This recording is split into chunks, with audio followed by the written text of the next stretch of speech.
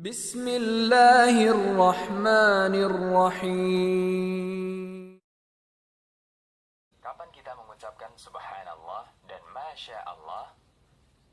Allah berfirman di surat Al-Kahfi yang artinya, mengapa kamu tidak mengatakan waktu kamu memasuki kebunmu, masya Allah, la quwwata illa billah. Sungguh atas kehendak Allah semua ini terwujud, tiada kekuatan kecuali dengan pertolongan Allah. Quran surat Al-Kahfi ayat 39. Ayat ini dijadikan dalil sebagian ulama terkait kapan kita dianjurkan mengucapkan masya Allah. Dalam ayat ini, orang mukmin menasihatkan kepada temannya pemilik kebun yang kafir, agar ketika masuk kebunnya, dia mengucapkan, Masya Allah, la quwwata illa billah. Sehingga kebunnya tidak tertimpa hal yang tidak diinginkan. Ketika menjelaskan ayat ini, Imam Ibnu Utsaimin mengatakan, selayaknya bagi seseorang ketika dia merasa kagum dengan hartanya, agar dia mengucapkan, Masya Allah, la quwwata illa billah. Sehingga dia kembalikan segala urusannya kepada Allah, bukan kepada kemampuannya. Dan terdapat riwayat bahwa orang yang membaca itu ketika merasa heran dengan apa yang dimilikinya, maka dia tidak akan melihat sesuatu yang tidak dia sukai menimpa hartanya. Tafsir surat Al-Kahfi. Doakan keberkahan. Di samping bacaan di atas, ketika kita melihat sesuatu yang mengagumkan dimiliki oleh orang lain, kita dianjurkan untuk mendoakan keberkahan untuknya. Misalnya dengan mengucapkan, Barakallahu laka fi. Semoga Allah memberkahi Anda dengan apa yang Anda miliki. Dari Abdullah bin Amir bin Rabi'ah bahwa Nabi Shallallahu Alaihi Wasallam bersabda, yang artinya, apabila kalian melihat ada sesuatu yang mengagumkan pada saudaranya atau dirinya atau hartanya, hendaknya dia mendoakan keberkahan untuknya, karena serangan ain itu benar. Hadis riwayat Ahmad, Bukhari, dan disahihkan Syuaib al-Arnaud.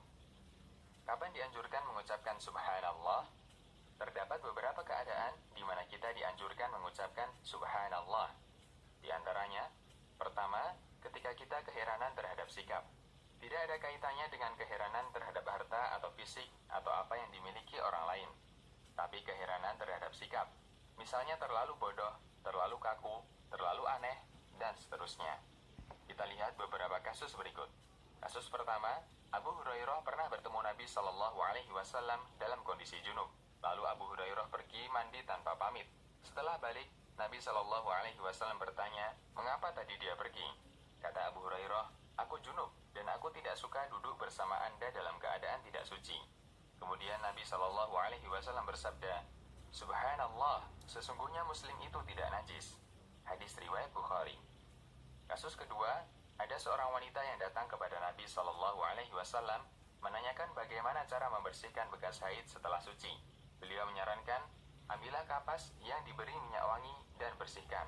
Wanita ini tetap bertanya, lalu bagaimana cara membersihkannya?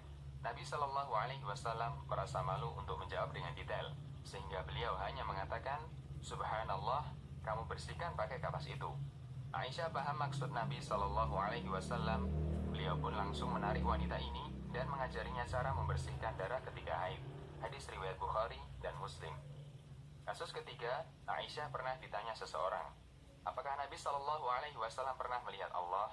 Aisyah langsung mengatakan, Subhanallah, merinding bulu romaku mendengar yang kamu ucapkan. Hadis riwayat Muslim. An-Nawawi mengatakan bahwa ucapan Subhanallah dalam kondisi semacam ini maksudnya adalah keheranan. Demikian pula kalimat La ilaha illallah. Makna keheranan di sini, bagaimana mungkin sesuatu yang sangat jelas semacam ini tidak diketahui. Padahal seseorang bisa memahaminya tanpa harus serius memikirkannya. Dan dalam hadis ini terdapat dalil bolehnya membaca tasbih ketika keheranan terhadap sesuatu atau menganggap penting kasus tertentu. Syarah Sahih Muslim. Kedua, keheranan ketika ada sesuatu yang besar terjadi. Misalnya melihat kejadian yang luar biasa. Nabi Shallallahu Alaihi Wasallam terkadang tersentak bangun di malam hari karena keheranan melihat sesuatu yang turun dari langit. Dari Ummu Salamah radhiyallahu anha bahwa pernah suatu malam Rasulullah Shallallahu Alaihi Wasallam terbangun dari tidurnya. Subhanallah, betapa banyak fitnah yang turun di malam ini. Hadis riwayat Bukhari. Dalam kasus lain, beliau juga pernah merasa terheran ketika melihat ancaman besar dari langit, terutama bagi orang yang memiliki utang. Dari Muhammad bin Jahash radhiyallahu anhu, suatu ketika Rasulullah Shallallahu Alaihi Wasallam melihat ke arah langit. Kemudian beliau bersabda, Subhanallah, betapa berat ancaman yang diturunkan. Kemudian keesokan harinya, hal itu saya tanyakan kepada Rasulullah Sallallahu Alaihi Wasallam. Wahai Rasulullah, ancaman berat apakah yang diturunkan? Beliau menjawab, demi Allah yang jiwaku berada di tangannya.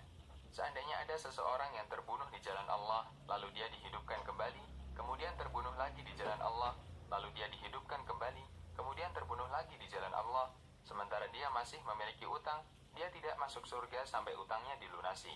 Hadis riwayat Nasai, Ahmad, dan dihasankan Al-Albani.